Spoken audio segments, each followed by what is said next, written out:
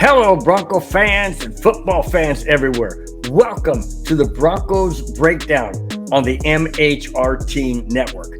This is a show that's everything Broncos and sports topics related. I am so honored to have Glenn Hauser joining me today for this very different show than what you guys have normally seen from me.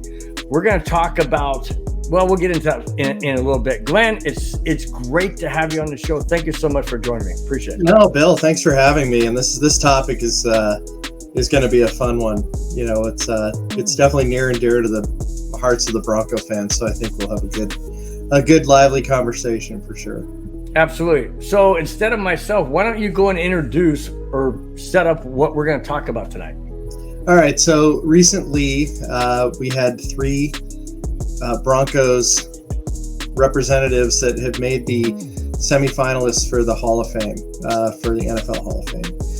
And what's interesting about this, it's Randy Gradishar, who is the one that everybody is pushing, Mike Shanahan, and also Dan Reeves. So we have two coaches and we have one player. And with the setup with the semifinalists, there are 54 semifinalists right now. The finalists will be named later on this month. 25 of which are players, 29 of which are coaches and contributors. The players will have 3 spots actually for induction. The coaches and contributors will only have 1 spot. So 1 out of 29 and then 3 out of 25. So I'm feeling pretty good about Randy's chances, but I've felt good before. So we'll see what happens. Well, that's interesting you bring that up because Randy Gradishar should have been in the Hall of Fame years ago. Absolutely years ago. Let me just read a couple of things. First off, I want to start off by saying one of his college coaches, only college coach, and that is from Ohio State. Woody Hayes called Gradishar, and I quote, "the best linebacker I ever coached." Now that speaks volumes, and if that comes from college and he translated that into the NFL, how come it's taken so long for him to get this? And I know that he was a finalist a couple years ago or last, but the bottom line is, why is it taking so long with this process? To me, he is, and of course it's going to sound like the orange-colored glasses that we've talked before. It's okay. To me, he is the biggest injustice in NFL Hall of Fame history, at least presently, for people that have not been inducted. Mm-hmm.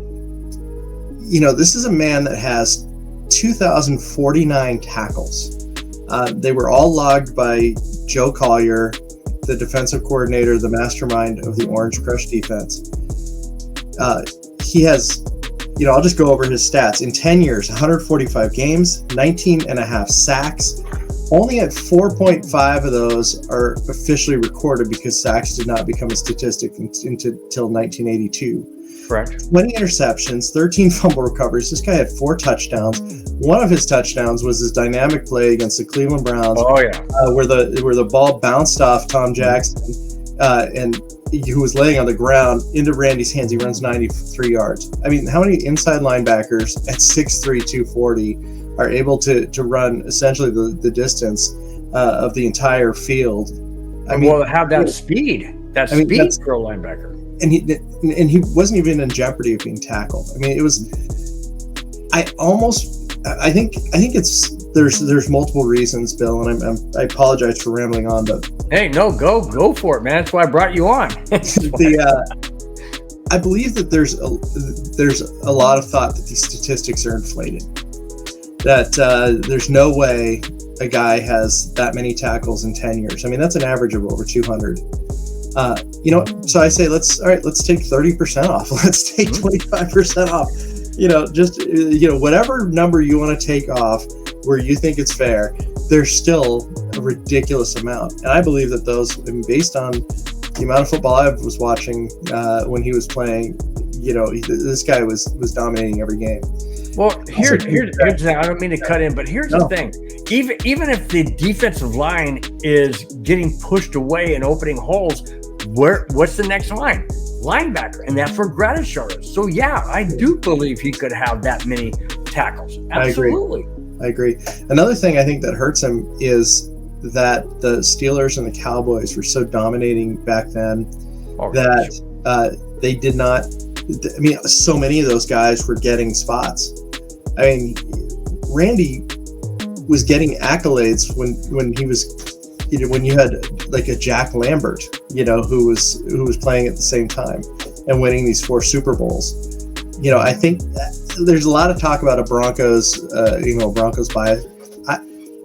Maybe to some degree, I don't necessarily buy into that, but it's really a joke that no one from the Orange Crust era is been inducted into the Hall of Fame yet.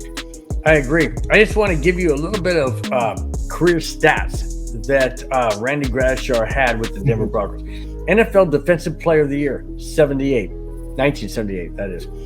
2-time first team All-Pro, 1977, 1978. Second team All-Pro, 1979, 1981, 1983. 7 Pro Bowls. That's important.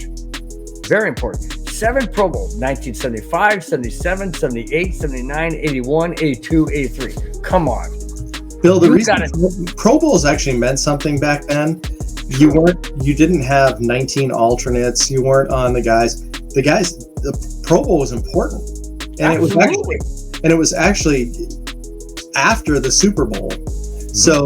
So it did not, I mean, now it's before. So now, if it even exists anymore. Yeah, true. But guys wanted to play in that. And they, players that played in the Super Bowl would still make it out to Hawaii or wherever the Pro Bowl was at the time.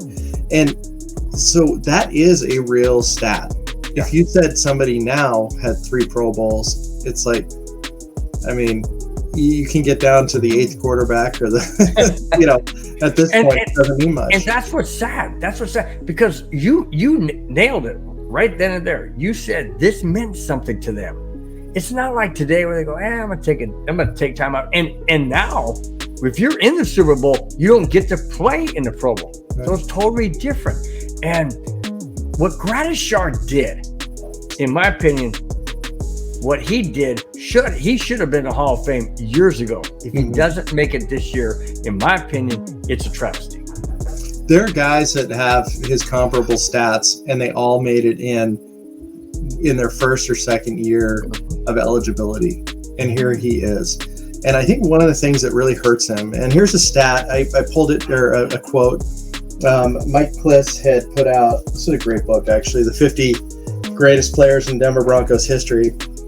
And Gradishar said, quote, "All I know is it's not my responsibility to promote myself for the Hall of Fame."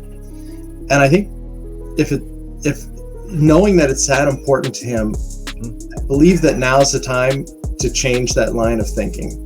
Because if you think about the Centennial class, when they had over 20 players that were in addition to the regular class that were getting into the Hall of Fame, I thought for sure Randy was going to get that opportunity. To me, there were not 20 players better than him that were on the outside looking in.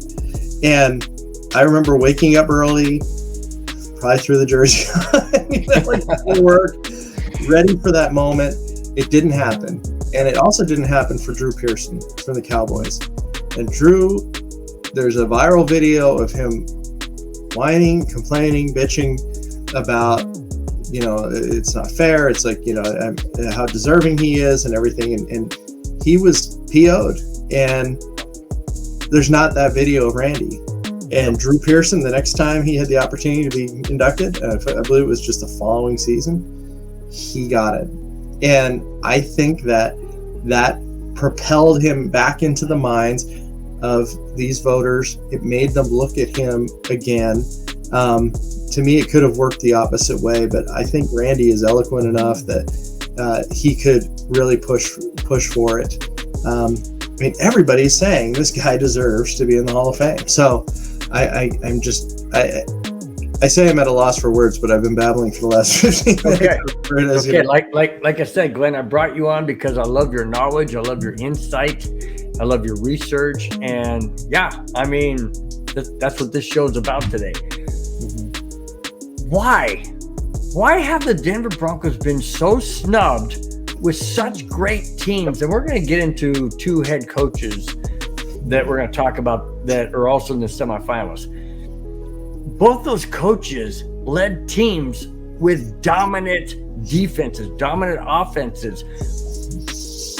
Why haven't the Broncos been recognized? Yeah. Well, I think to the Hall of Fame's credit, they have caught up quite a bit as of late. We have Atwater, quite a bit of the guys, but there's still some more work to be done. And my concern is that as more of the Broncos are being put in, that you're going to start hearing people barking that they're Bronco heavy classes at this point. But we're not at that level yet. In terms of the coaches, all right, let's start with. Who do you want to start with, Reeves or Shanahan?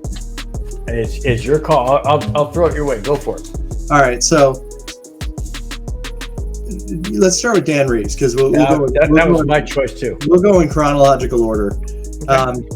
Just to go some of the so Reeves was in the NFL for 38 years. 23 of those years he was a head coach. He had 9 Super Bowls as a player and a coach. He won 2 Super Bowls, one as a player, one as an assistant. As a head coach, he never won. His first head coaching job, he was a pretty young guy, I believe, at the time. When he was 1981. I think his first draft choice that year would have been Dennis Smith, and then Elway came 2 years later. Yep. Right? So, but of the 3, like Reeves is the one I'm not so certain is least excited to see go in. If I had to push 2 guys versus 3, he would be on the outside looking in. Yeah. I want to read something to you here. Dan Reeves stats. This is amazing. Yeah. From 1983 to 1989, listen to his accomplishments. 83, second in the AFC West, 9-7 record. 84, first in the AFC West, 13-3. 85, second in the West, 11-5. 86, first in the West, 11-5. 87, first in the West, 10-4-1, excuse me. 88, second in the West, 8-8. That was the only non-winning season in this time frame. And then 89, first AFC West, 11-5. The guy could coach. No, he definitely could coach. What happened in 83? John Elway. Oh yeah, John. Right. So, right. Oh, I thought you were talking about what I said. No, I didn't mean to put you on the spot like that. No, you're fine. No, it's fine. But listen, the guy could coach. I always used to joke around that he was like one of those 2 runs up the middle and then throw on third down. Yeah. He was the 2-time AP NFL Coach of the Year. Mm-hmm. He has an overall record of 201, 174, and 2. Right. Now, one interesting stat. Actually, I'll give you 2 interesting stats. One's a positive, one's a negative. Okay. So he's one of 9 NFL coaches to reach 200 wins. Mm-hmm. He's tied with Marv Levy for the most playoff wins with 11. Only he and Marty Schottenheimer are not in the Hall of Fame of coaches that have 200 wins in their career. Really? That I did not know. So on the downside, he is tied for the most regular season losses in NFL history with Jeff Fisher at 165. So, I think it's not going to affect his Hall of Fame stats, but his tenure with the Broncos really kind of ended in a tenuous fashion. He and Elway all of a sudden did not start getting along. And to the point where Reeves drafts Tommy Maddox from UCLA in the first round in 1992. Yep. Now, to put that in perspective, Elway won the Super Bowl 6 and 7 years after that, right? Yep. But we're drafting a first round quarterback because you're pissed at John Elway. I mean, that's a bad thing. It is. The year before, he got mad at his offensive coordinator, quarterback coach, and fired him, calling insubordination, claiming that that person holding those positions was sabotaging Elway and Reeves' relationship. Mm-hmm. Do you know who that guy was? No. Mike Shanahan. What? Yes. Wow. Right. Wow. So. And then he turned out to be Elway. So now they're both competing against each other. But it's it'll be interesting. I think the fact that there are 29 candidates for one spot is going to make it very hard, almost impossible for Reeves. Mm-hmm. We'll talk a little bit about Shanahan in a minute, but and we can kind of lay out why we think maybe that he might have a real sharp opportunity at that one spot. But what do you think? Final thoughts on the Dan Reeves candidacy? My final thoughts on the Dan Reeves is, yes, I feel he needs to be in the Hall of Fame for what he has accomplished. There are some negative things. I mean, when he went to the Giants in Atlanta, he only went to one more Super Bowl, and obviously it was against the Denver Broncos in Super Bowl 33, and we beat him handily. So I feel bad for Reeves when it comes to Super Bowl, but he does deserve to be in the Hall of Fame. I'm just not believing and feeling it'll be this year. Right. All right. Let's move on to the greatest head coach in Bronco history, in my opinion, Mike Shanahan. What do you say? I don't think you can deny that for sure. He got us our first 2 Super Bowls, and he's still relevant to this day, even as being out of the league because of the other coaches that are in the quote-unquote Shanahan tree.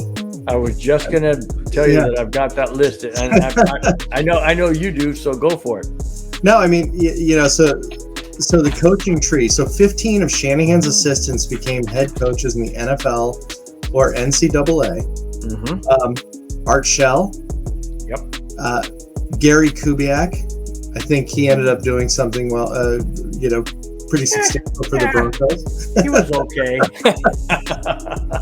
But now we're going into some of the mainstream guys, and this might be something that boosts Shanahan's candidacy because Sean McVay, Kyle Shanahan, Matt LaFleur, and Mike McDaniel, the new head coach of the Dolphins, all offensive geniuses. How about Anthony Lynn? Well, he got canned from the Chargers, so we can leave him out. But he that's right. I'm sorry, he did. You're right. My bad. Yeah. But with these 4 in particular, the young guns, they're running the Shanahan offense. People are talking about the Shanahan coaching tree. They're talking about the Shanahan offense, and it's coming at a good time for him because they're going to be talking about Shanahan's candidacy, for the NFL Hall of Fame. Personally, I can't believe he's not in. And I've met Dick Vermeil before, and the man is very nice. In the brief time that I was with him, everybody says what a kind guy he is, and I think that's really helped him. But Dick Vermeil's won 1 Super Bowl. He lost 1. Why is he going in this year, and Mike Shanahan is not?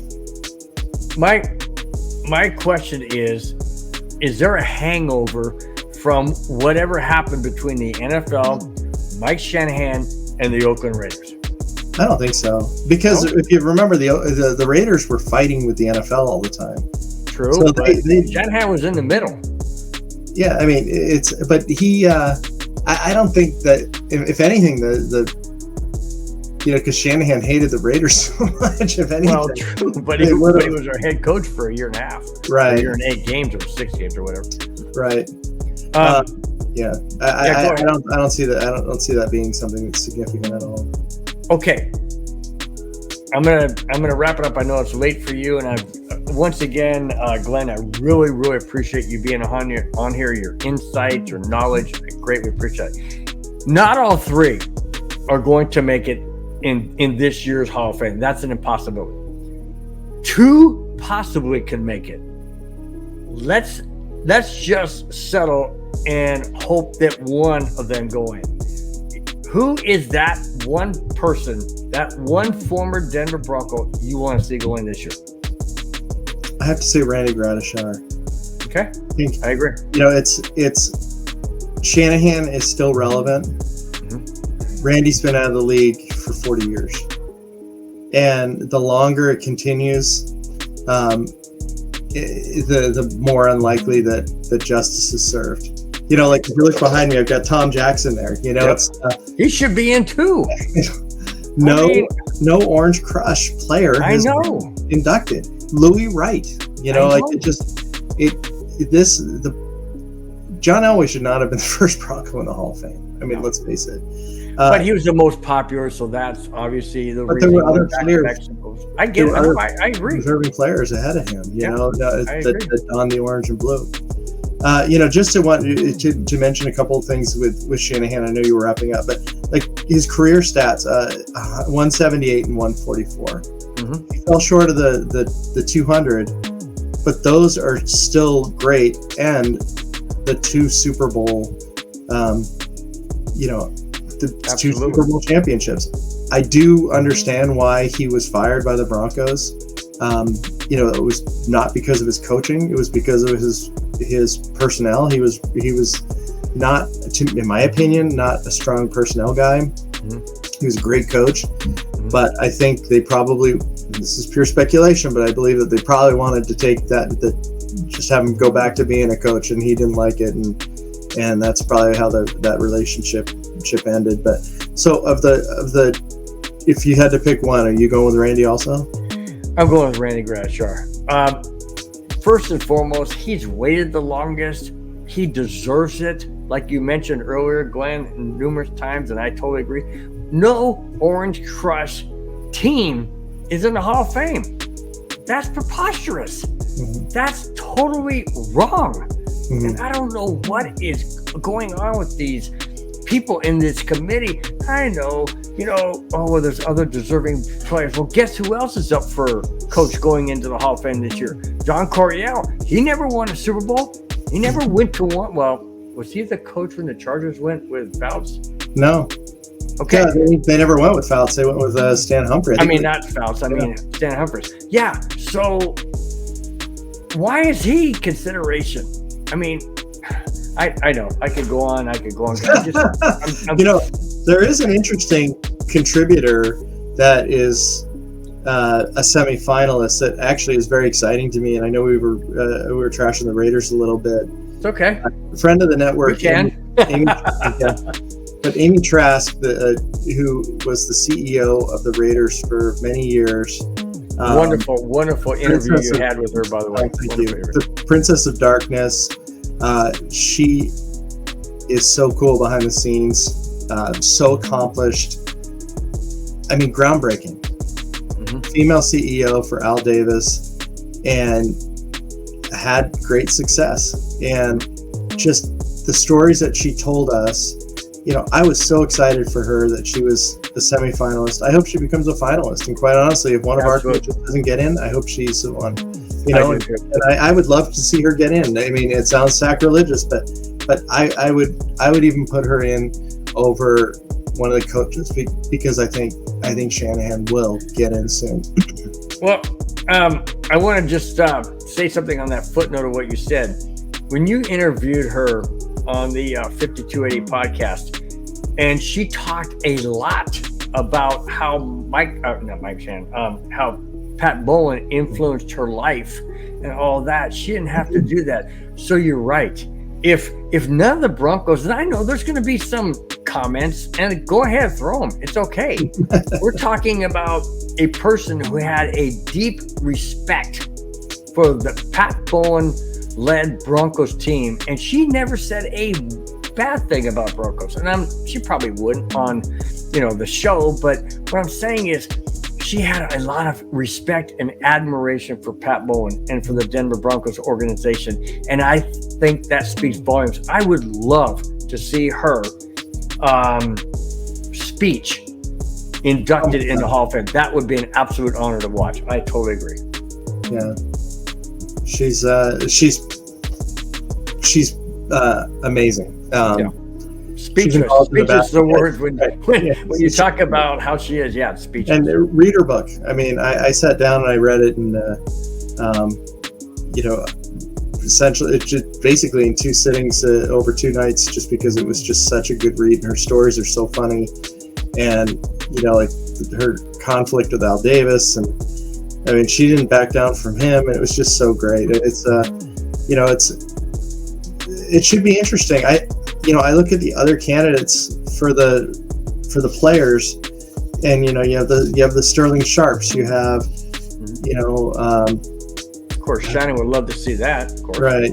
You have, oh my gosh, like Joe Klecko, I think should get in. Right. So, maybe those are the other 2, and you can get Randy in there. There's some deserve Everson Walls. People will say that with his playing for the Cowboys and the Giants, but the one that really stands out to me, and of course, there is a Bronco bias, but I think it's just fair. It's like this man deserves it, and he's 70 years old. It means a lot to him, and I really hope the presentation for him, or that he even advances to the finals, and then the presentation for him just knocks the voters' socks off. Oh, absolutely. And the thing that really saddens me, and I'll let you have the last comment. The thing that really saddens me is people like Pat Bowlen or Dan Reeves, and obviously Dan Reeves is not in there yet, but people like Pat Bowlen, Dan Reeves, they're passed away. Their family has to accept it. That is wrong. Why are we waiting till they're gone when they can't see what they've done in their career? That just breaks my heart. Everybody knew Pat Bowlen should have been in there. There was not a person NFL related that didn't think he was deserving. Again, you put Jerry Jones in front of him. It's wrong. but the squeaky wheel gets the grease, and that's what you've been saying this whole show. And you're absolutely right. And I think Gradishar needs to start greasing that wheel. Seriously. Glenn, once again, it's been a privilege. I absolutely love it. It was fun. I hope you enjoyed it as much as I did. And I can't wait to see you this coming Tuesday on the MHRT Network 5280 podcast. Before we get out of here, guys, let me just remind you, I just said that 5280 podcast is live every Tuesday, 4, 5, 6, and 7. It features Baduggas Creevy, Glenn Hauser, Boggins, Boggins, Bree, and Cam. Wednesday is the Wild Wild West. That features a fan from every AFC West team: Broncos, Raiders, Chargers, and Chiefs. And then on Friday is this show, Broncos Breakdown. It drops every Friday, 11, 12, 1, and 2. Thanks again, Glenn. I appreciate it. Have a wonderful rest of your week. And thanks again, guys, for tuning in. Subscribe, and we will talk to you next Friday.